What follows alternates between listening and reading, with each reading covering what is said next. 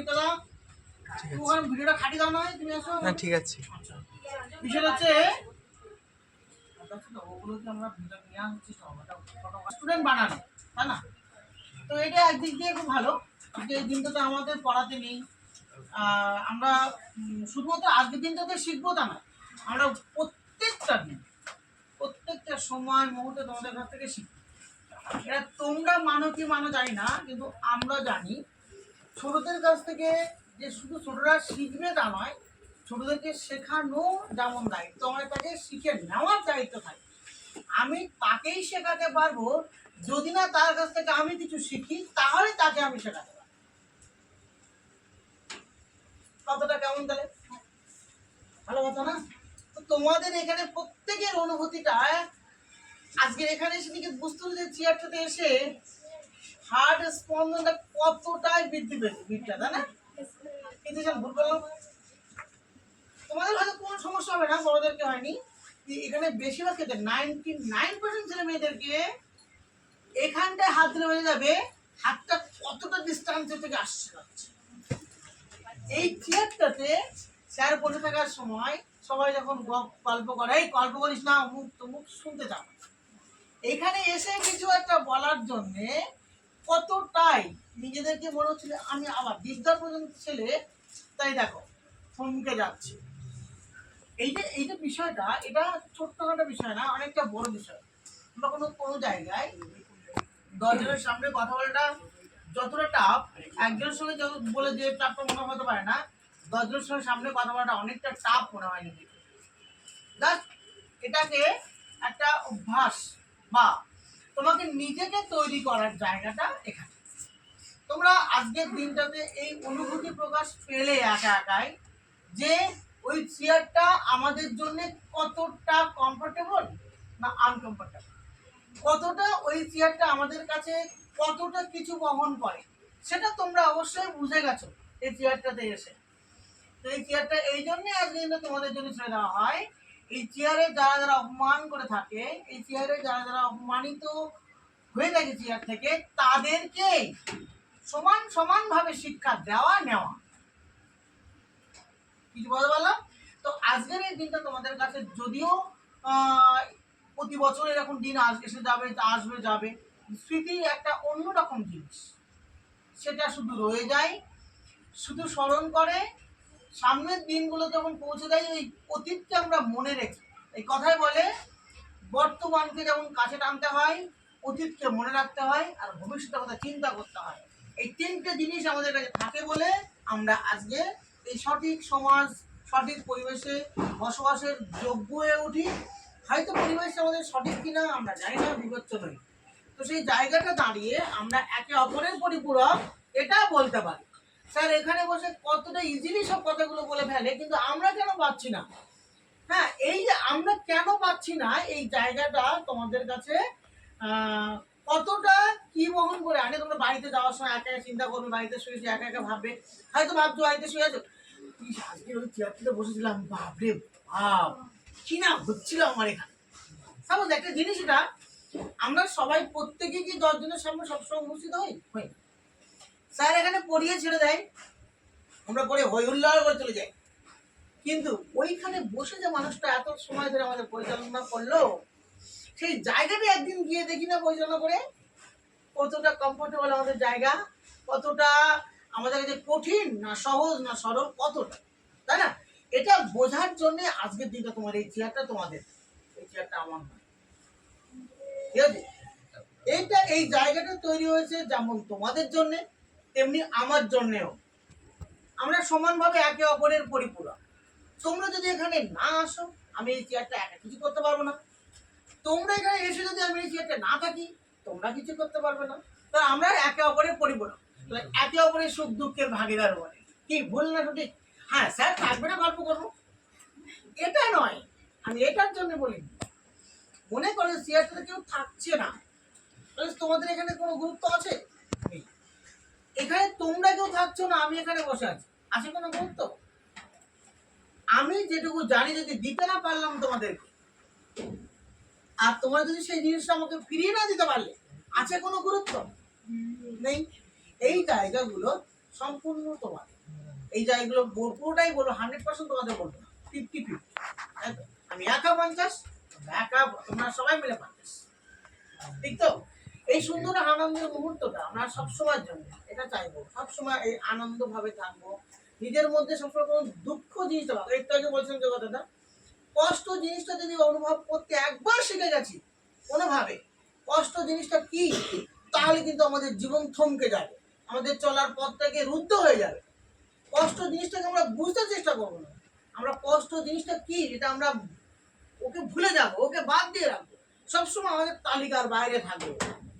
এই যে পাচ্ছি না, তাই কথা বলে না, পারিব না কথাটি বলিও না আর, কেন পারিবে না দেখো শতবার, তাই না? 5 জনে পারে যাহা, তুমিও পারিবে তাহা, পারিব বলিয়া সুখে হও অগ্রসর। তো এই জিনিসগুলো না, পারবো না, পাচ্ছি না, বা পরে করব, এই জিনিসগুলো আমাদের কাছে সম্পূর্ণ আমাদের গতিটাকে রুদ্ধ করে দেয়, থমকে দেয়, চলার পথটাকে এত ভাবে একটা জঞ্জাল চলে আসে, যেটাকে সাফ করা খুব কষ্টকর হয়ে যায়। আমরা সময়ের সঙ্গে সঙ্গে নিজেকে একটা সামনে দাঁড় করানোর কোনো প্রতিশ্রুতি পাই নিজের মনকে, কিছু সময় পরে সেটাকে আমরা কষ্টের মধ্যে, কষ্টের তালিকায় ফেলে দিলে তখন সেই জায়গাটা আর যেতে মন চাইবে না। কারো কারো মনে হয় স্যার যখন বোঝায় বাড়ি থেকে এই কাজগুলো রেডি করে ফেলবো, আমি এগুলো সব সত্যি আমার করতে হবে, করে আসতে পারে। কাজ করতে করতে মনে হলো বাবা এত কাজ থাকতো পরে, আমি একটু ঘুমিয়ে নিই। এই জায়গাটা যখন চলে আসবে জানতে হবে আমি কোথায় দাঁড়িয়ে পড়েছি, আমি কোথাও যেন দাঁড়িয়ে গেছি। এই জিনিসটা তোমাদের বলতে বারবার তোমাদের এই জন্য বলছি, এই জিনিসটা আনবে না। যখন মনের মধ্যে এইরকম কিছু চলে আসবে, ওটা বন্ধ করে চলে যাবে অন্য সাইড, ওর সঙ্গে কথা বলে নেবে, তুই সব থেকে খারাপ মানুষ, তুই আমাকে কেন এইভাবে থামিয়ে দিস কেন, আমার কেন গতিটা ফাস্ট হয় না, আমি নিজে কেন এগোতে পারি না, এই জায়গাটা থাকে। কে কি বললো জানি না। দেখো, শিক্ষার একটা মূল্য আলাদা। শিক্ষিত হলে, যে পড়াশুনো শিখলে, শিক্ষা পেটে থাকলে তুমি যে কোনো জায়গায় স্থান পাবে। আবার আছে অনেকে মূর্খ, স্কুলে যায়নি, সেও কি অশিক্ষিত মানুষ না? তাহলে বিশাল বিশাল বিল্ডিং বানানো হচ্ছে, এদের কাছে কেউ কেউ জিজ্ঞেস করেছে তারা রাজমিস্ত্রির কাজ করেছে না, কাজ করে অনেকে, এরা সবাইকে আইটাই করা, এরা সবাই কি বড় বড় মানে কনস্ট্রাকশন বিল্ডিং এর একটা বড় বড় কিছু তৈরি করে রেখেছে? এরা কি এর থেকে আগে কোনো শিক্ষা নিয়েছে? শিক্ষা তো নিয়েছে, এরা হাতে কলমে শিক্ষা নিয়েছে। একটা মানুষ লেবার করতে করতে রাজমিস্ত্রি কাজ করে, ওই মানুষটার ওই একটা বড় বড় বিল্ডিং খাড়া করে ফেলছে, তাহলে ও কিন্তু MA BEd কিছু পড়ে না, তাহলে ওনার শিক্ষাটা কি? ওনার শিক্ষা হলো কর্মদক্ষতা, শেখার প্রতি ইচ্ছে। সেই বিল্ডিং এ আমরা মাথা গুঁজে বসবাস করছি, হ্যাঁ অথবা না, বলো ভুল বললাম কতটা? সমাজের সবাইকে অশিক্ষিত বললে চলবে, অশিক্ষিত তারাই যারা একজনের শিক্ষা অন্যজনকে বহন করাতে পারে না, নিজের শিক্ষাকে অন্যজনকে দিতে পারে না, তারাই হলো অশিক্ষিত।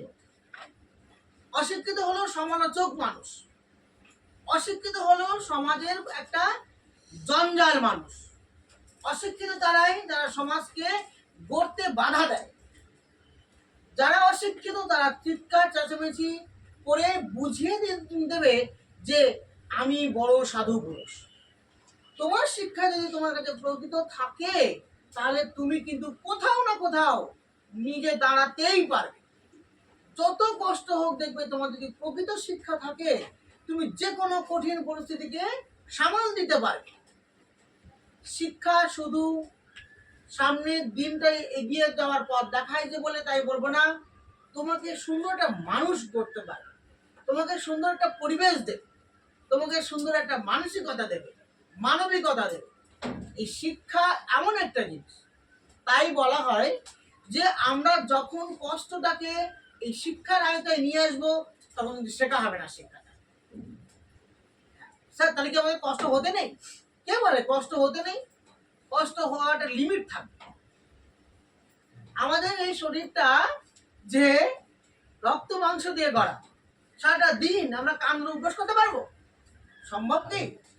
সারা দিন পরিশ্রম করতে পারবো? সম্ভব কি? আমাদের এই শরীরটা কিন্তু ক্লান্ত হয়ে পড়ে। এই যে ক্লান্ত বোধ, এই যে এটা থাকা তো অবাঞ্ছনীয় কি না? বাঞ্ছনীয়। আমার শরীর তো ক্লান্ত হবে, এটা একটা যন্ত্রাংশ মেশিন। হ্যাঁ, একে যদি আমি খাবার ঠিকঠাক না দেই, সব মহাজন শুনবে, এই মহাজন শুনবে? শুনবে না। কিন্তু তুমি যদি একটা সমাজকে দাঁড় করানোর পন্থা বেছে নাও, অবশ্যই তোমার মধ্যে একটা শিক্ষা থাকা দরকার। বইয়ের শিক্ষা কি শুধু শিক্ষা না, এই দুটো শিক্ষা দুরকম হতে পারে।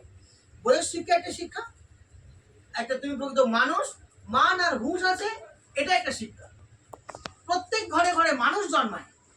একটা মায়ের পেট থেকে একটা সন্তান বেরিয়ে পড়লো, সে কিন্তু মানুষ। সে বাঁদর না, হনুমান না, ছাগল গরু কিছু না।